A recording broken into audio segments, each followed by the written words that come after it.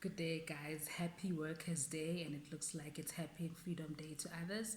Anyways, in my previous video, I'd indicated that we'll be looking at funding or financing, but because of the numerous questions that I've been receiving with regards to UIF, I thought maybe we can unpack UIF first, and then with the preceding videos, I can look at financing or funding. So COVID-19 TERS benefit. So this is applicable to companies who currently have a profile or currently registered with UIF, and companies who registered just after the 15th of March 2020 might not be eligible for this claim or this benefit basically. So this is more applicable to companies who are facing a financial distress as a result of the COVID-19 pandemic due to reduction of operations or complete closure of the business in its entirety. So that leading to the company not being able to afford to pay employees their salaries or only afford to pay a certain portion of the total salary to their employees. So then this is applicable to employees who have been forced to take leave by their employers. So it's not voluntarily. Your employer is basically telling you to take leave during this lockdown period, one. And then two, it's for employers who are at a risk of losing income because then they work on a policy of no work, no pay.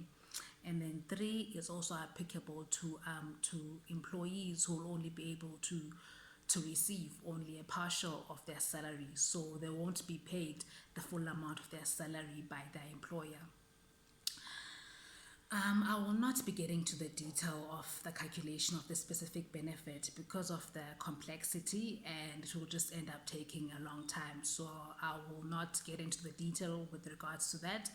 If you have any question with regards to the calculation of the specific benefit per employee, you can just basically send me a DM, and maybe we can address that case by case.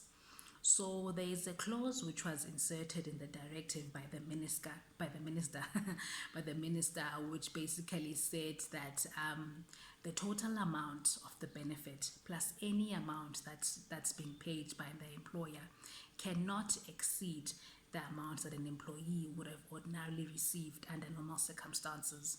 So then this has caused a lot of confusions with both the employer and employee, assuming that this UIF TERS benefit can be used as a top up to get through the normal amount that the employee would have received under normal circumstances. So if I can use an example with that is, let's say for example on a monthly basis under normal circumstances, your monthly salary is 15,000.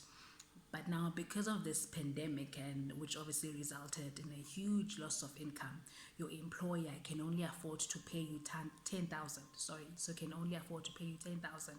So now there's been the confusion that we can use this TERS benefit to basically top up with the 5,000. That's the difference between the 15,000 you would have normally received and the 10,000 that your employer can afford to pay you now.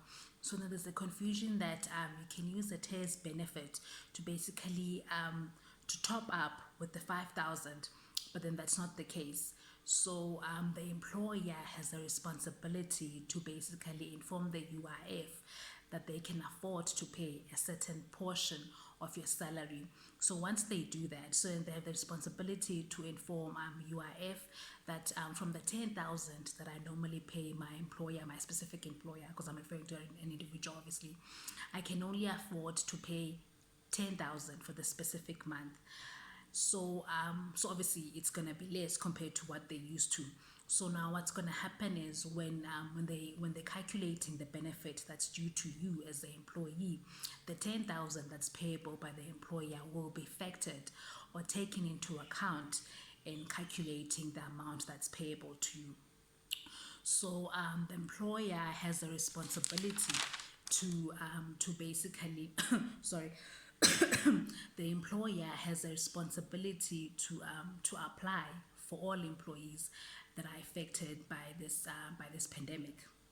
So to make the application for their employees, for the employees on to make the application on behalf of their employees, basically the affected employees. And because obviously to speed up the process, to speed up the payment process, because we know that processing can take up to 10 days, and obviously people are used to getting their normal salaries or getting their salaries rather at a specific date, because then we have debit orders and all these other responsibilities. Where possible, employers are urged to make payments to their employees, but then obviously those payments are based on the benefit calculations for that's payable per employee. And then once the UIF pays, because then when the UIF pays, the money goes straight to the employer. Once the UIF pays, the amount can be used to set off or rather reimburse the employer for the payments that they made to their employees. And also, this is not applicable to employees who will be receiving their full salary from their employer. So I really need to stress that. So it's not applicable for anyone who's going to be receiving their full salary from their employer.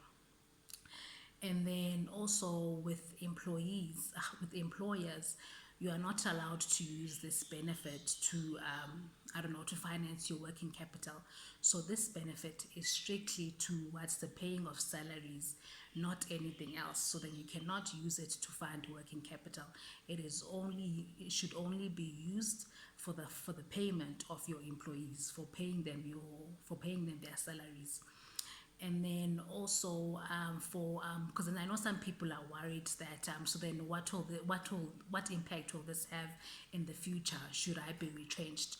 So then it's been said that this is a special benefit, so it's got nothing to do with your current credits that you have for UIF. So should you become retrenched after this pandemic, you are still entitled to the unemployment benefit. So we don't need to worry about that. So if you have any questions, you can just DM me on my Kazimo page, or you can just basically comment on the comment section, and then we can just take it from there. Thank you very much, everyone, and have a great day.